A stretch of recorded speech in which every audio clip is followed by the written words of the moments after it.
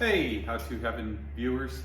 So I'm going to try to be a little more consistent with posting. In the meantime, I'm going to make shorter videos, I think. It's just a hassle to edit. So today's video is just a little catch-up video. So I wanted to update you. Got two different rides now. So the GR Corolla Core is gone. It's out of here. And also my 2003 Toyota Tundra, which I did a few how-to videos on, but that's also gone. So what do I have in its place? Well, what I've got here right behind me is my 2021 Ram 2500 with the Cummins diesel. So that replaces the Toyota Tundra, and we'll get to the other vehicle here in a bit. So let me just change over here. So here we have, this is a Tradesman, which is the base model for the Ram. And it came with the chrome. Really didn't like that, but hey, it was a used vehicle and that's the way it came. That's an $800 option. So unfortunately, the black was free, but for some reason, the dealers don't like the black, so they order with the chrome trim. I have, since I've owned it, added these flares to it. Awesome flares. They're from eBay, and I had an awesome deal on them. At the time, they were only 125 bucks, and they fit better than any aftermarket part I've ever used. They use all of the factory holes in there, no drilling whatsoever necessary. It came with a little rubber bead here, stainless steel hardware, which those are just kind of dummy bolts because they only bolt to this. And then this is held in by the fasteners. There are no other fasteners. There's no adhesive, nothing like that. Just an awesome fit. And you can see how it follows the contours of the body lines. So I've added that. The Tradesman came with 18-inch. They were chrome wheels, not my favorite. Stamped steel with like a chrome overlay on them. I've since upgraded to these, which are also factory. They're the aluminum wheels. And amazingly, these things, people take them off and they sell them for $350 for a set of 4. And that's with tires sometimes. So what I ended up doing was, this vehicle only had 11,200 miles on it when I bought it. Tires were the Transforce Firestones. I ended up selling the tires and wheels, and then I bought these tires and wheels, and I ended up selling those tires as well. And then I bought these Falcon Wild Peak. Love them. The ride is amazing. It's so cushy, and they don't make road noise. You don't hear tire whine or anything. And these are 195 70/18s, so they're a 34.3 inch tire. It's a nice tire. I added this, which is a Craftsman toolbox. I got it at Lowe's, and that was like 240 bucks. And then with these Rams, it's amazing because they are so upgradable. So I'll show you some of the other stuff I did. It did come with the running boards over there. I tinted the windows. There's some eBay 3M ceramic tint. It doesn't say anywhere on the roll that it's ceramic, but the reputable seller, he's got like 99% feedback, so people love them. So I'm assuming that he's selling genuine 3M stuff. Anyway, the tint roll was like $55, and then I just tinted it myself. So I was playing around with the tint. I got 70%. I don't like dark tint, so I got 70%, which is one of the lightest that you can get. Now, the vehicle already came with privacy tint, so even though it looks really tinted, let me show you what 70% looks like. It looks like that, so it's pretty see-through. I've since added this upper glove box, and I know you can see this piece here. They make another piece that's a little bit thicker that will cover that gap, but I plan on upholstering this. and doing it in leather. So I wanted to keep the smaller unit, but you can see it's kind of a softer open, my glove box. I added the 12.1-inch screen, and I also added the EVIC 7-inch display over there, and the leather steering wheel with the steering wheel controls for the stereo. I'm going to be changing all the upholstery. It's beautiful looking upholstery. It's vinyl and it's not leather. And it's cold in the winter and hot in the summer. So I'm going to be swapping that out with factory material, cloth seats. And then up here you can see I did LED lights throughout. And here we go into the back. I added the all rubber floor mats, Ram Mopar, but underneath it, it came with the vinyl floor, and I love that. The Tradesman, it's funny, comes with the vinyl floor. I would not upgrade to carpet. Love this stuff. Here's the seats, and this is the one-piece bench, so it doesn't have the 60/40 split or the cup holders there. Let's see, and got the LED light up there as well. But again, I'm going to be swapping this seat out. I'm going to go with the 60/40 split bench in cloth. Okay, other upgrades. I added this. Now Ram wants like $363 for that little step. You can get that on eBay. I paid around $80 for it. It mounts exactly the same. It looks exactly the same. It even has the matching pattern for the bumper. I wouldn't even be surprised if it was the same manufacturer. I've also added the LED blind spot monitoring tail lights. I'm in the process of making those functional so that I can have blind spot monitoring and rear cross traffic alert. Also, I added this little thing, which is a fob. I mean, there was only 11,000 miles on here. The previous owner managed to lose one of the fobs and then run the other one over, is what it looked like. It was really in bad shape. I don't know how you can treat a key fob so badly or even lose one. Never lost one in my life. So I got this on eBay, and I used a program called JScan to program this key. And JScan's $20, this key was $20, so for $40 I was able to do that. The other thing you want to add is there is a damper in here, factory Ram damper. Every Ram comes with the little balls there that it mounts to. So it's just a matter of taking that tail light off and then mounting that damper. And then you get this, soft open. And because this keypad had the additional buttons there, I now have remote start, and I can open and close my tailgate, or not close, but I can open my tailgate using this right here. I also added the rough country mat. The Ram came with the, it's too heavy.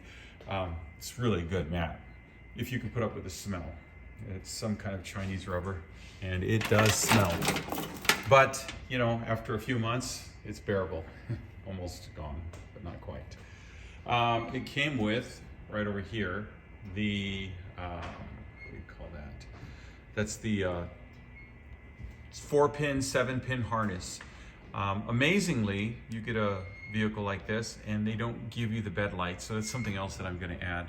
So you have the 4-pin harness and the 7-pin trailer harness there, and I also got it with the 5th wheel package, and it had an Anderson hitch, and I also bought the 5th wheel, both of which I've sold since then, so recoup some costs.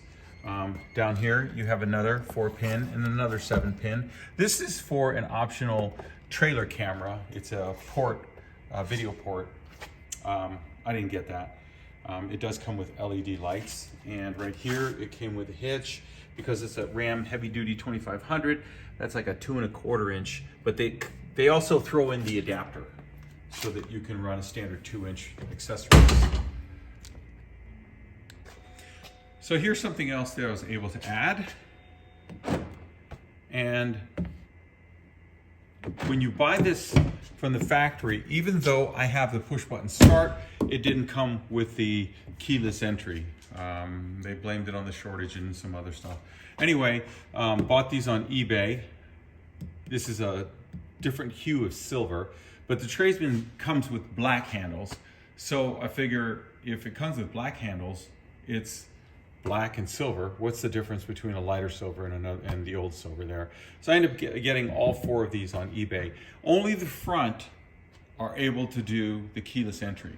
However, you can modify this RAM so you could put front handles on the back and have keyless entry on all 4. This was important to me. The back really isn't that important. Factory does not put keyless entry on the back anyway, but it is something you can add. Now, as far as how I'm adding all this stuff, you can get on the forums, and there's a gentleman there by the name of Jimmy07. This man is a guru. That's his title, and it's true. He knows everything there is to know about these wiring systems. He's the one that will sell you all the wiring systems. There's a wiring system that I use for adding the factory 12-inch screen. The EVIC is just plug and play. I bought another wiring system from him for the blind spot monitoring, and I bought another wiring system from him for these keyless entry wiring harnesses, and I bought yet another wiring system from him for the rear park sensors. Now I'm in the middle of that. I've added the rear park sensors. I actually added the whole bumper. I was able to find a bumper for cheaper than just buying the sensors, so I just bolted the bumper on, and now I've got the sensors with all the factory wiring. So if you're into RAMs and you want to add some of this stuff, the factory stuff, just look up on the HD RAM forums, even the 1500s. Now 1500s and the heavy duty RAMs are 2 totally different animals. So a lot of the stuff doesn't interchange, amazingly. So if you have an HD heavy duty RAM, 2500, 3500, 4500, 5500, you want to be on the HD RAM website. If you've got a 1500, then you want to go to the 5th generation website, and you'll find a lot of stuff there.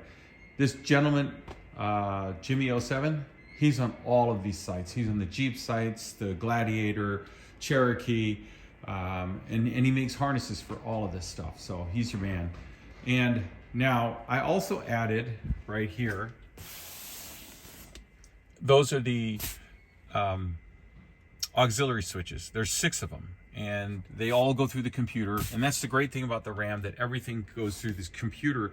So it's really, really integrated. But because it goes through the computer, you also need some software. And I mentioned that I did the keyless, or not the keyless, the key fob programming, and that was JScan. There's another program called Alpha OBD, and you have to get one of those if you're going to be adding any of these options, because you have to, after you add the hardware, you have to go in and program the software. So that's something else that you can do. Now, I'm going to be adding those auxiliary switches, and they call it an upfitter. So there's on the RAM 2500, and I'll show you.